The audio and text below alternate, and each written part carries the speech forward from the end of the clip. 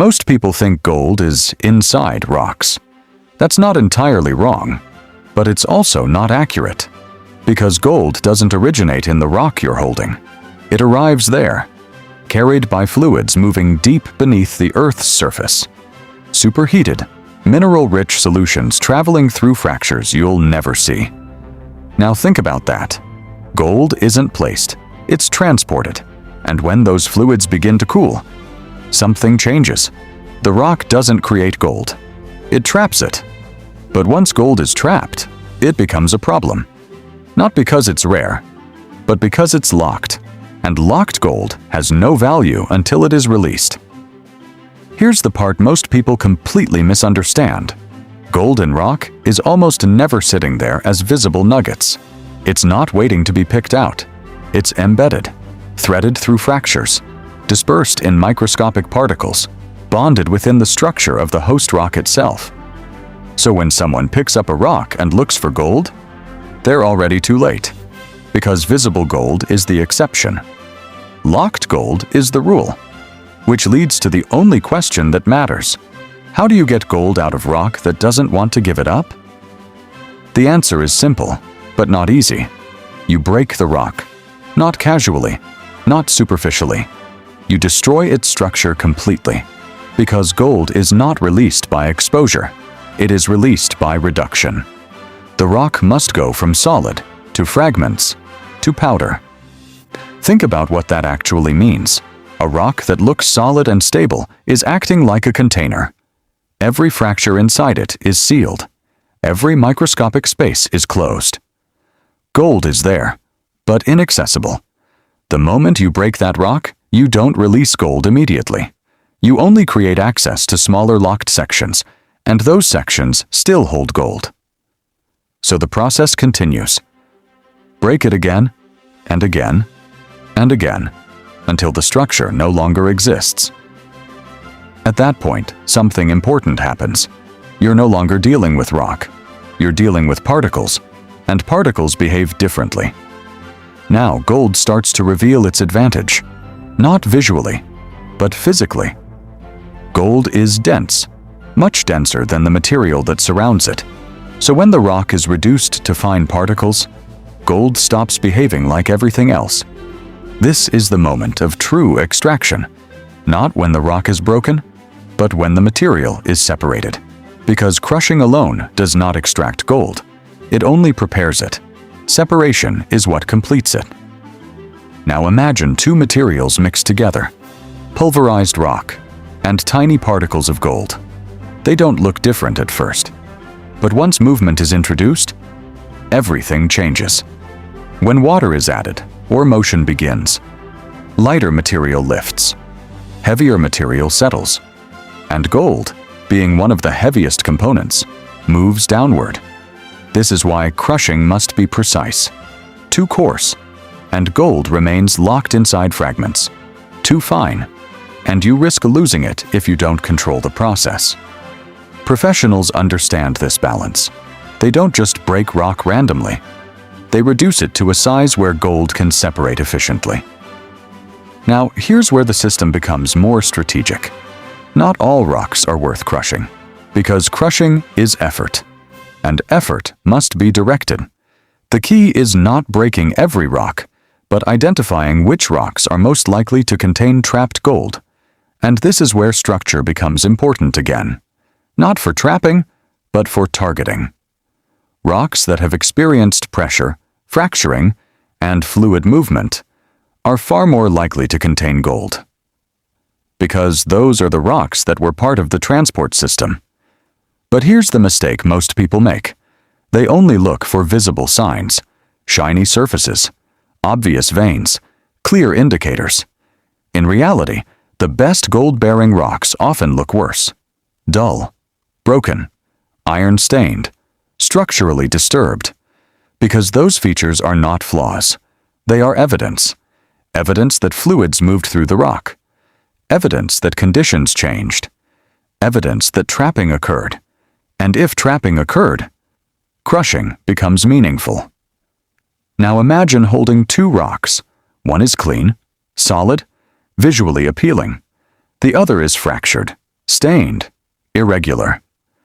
Most people choose the first. Professionals choose the second. Because they are not choosing appearance, they are choosing probability.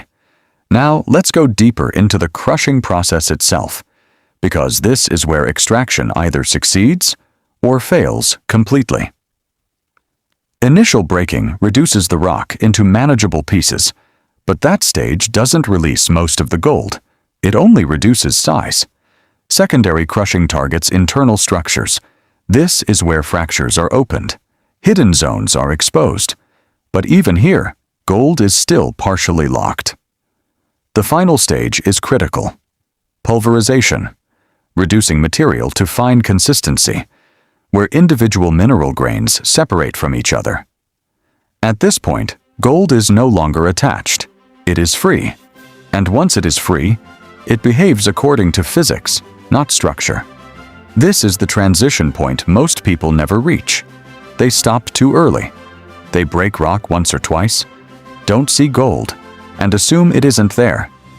But the absence of visible gold at early stages means nothing, because extraction has not yet occurred.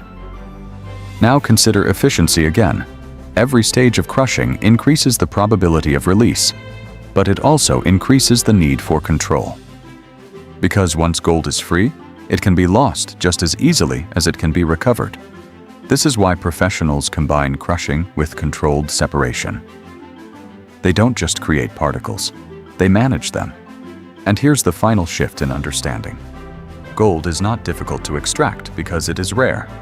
It is difficult to extract because it is hidden inside structure. Remove the structure, and the problem disappears. So the real skill is not finding gold. It's deciding what is worth breaking. Because once you choose the right rock, the rest becomes a process. Break, reduce, separate. And if the system is followed correctly, gold does not stay hidden. Now the process shifts from theory to execution. Because once you decide a rock is worth breaking, everything depends on how you break it. Start with primary reduction. Most people hit the rock randomly, trying to break it open in one strike. But that creates uneven fragments. Some pieces stay too large, still locking gold inside. Others become too fine before you can control them. So the goal is not force, it's controlled breakdown. Reduce the rock into consistent pieces, small enough to expose structure, but not so fine that you lose control. Then comes secondary crushing. Now each fragment is reduced further. This is where gold begins to transition from locked to potentially free. But balance matters. Too coarse, gold stays trapped. Too fine, too early, you risk losing it later. So the process is staged. Reduce, check. Reduce again. Then comes the turning point, liberation. This is when gold is no longer attached to the host rock. And from this moment, you're no longer breaking rock. You are managing particles. Now comes the critical phase, separation. Add water, not aggressively, but with control. Movement begins to sort materials. Lighter particles lift and wash away. Heavier ones settle. And gold, because of its density, moves downward. At this stage, gold may not be obvious, because it remains mixed with heavy materials like black sand. So the goal is not to see gold immediately. The goal is to remove everything else. This is where most beginners fail. They search for gold too early, instead of refining the material step by step.